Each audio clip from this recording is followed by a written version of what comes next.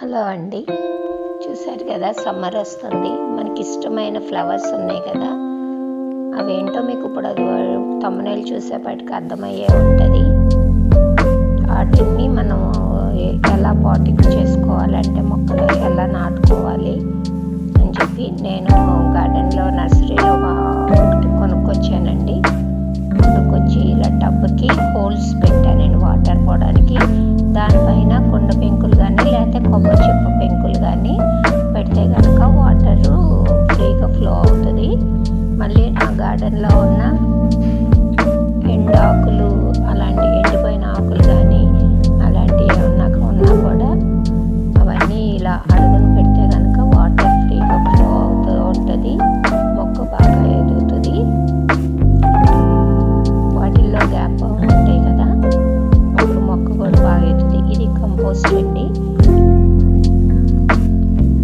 కంపోస్ట్ను మళ్ళీ ఈ కంపోస్ట్తో పాటు నేను శాండ్ కూడా తీసుకున్నానండి.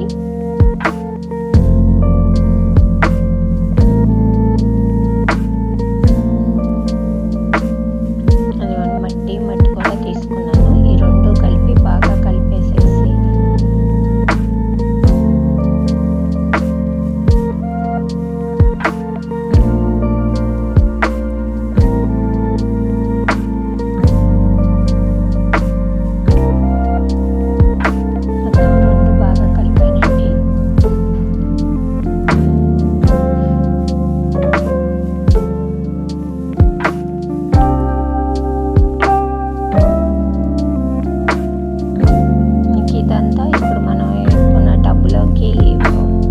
మొత్తం కన్వర్ట్ చేశాను.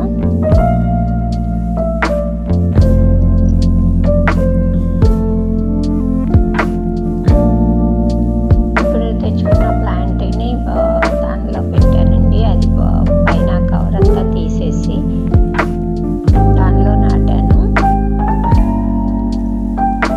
ఇది తెచ్చినప్పుడు మొగ్గలు లేవండి, ఓన్లీ కొత్త చిగురులతోనే ఉంది.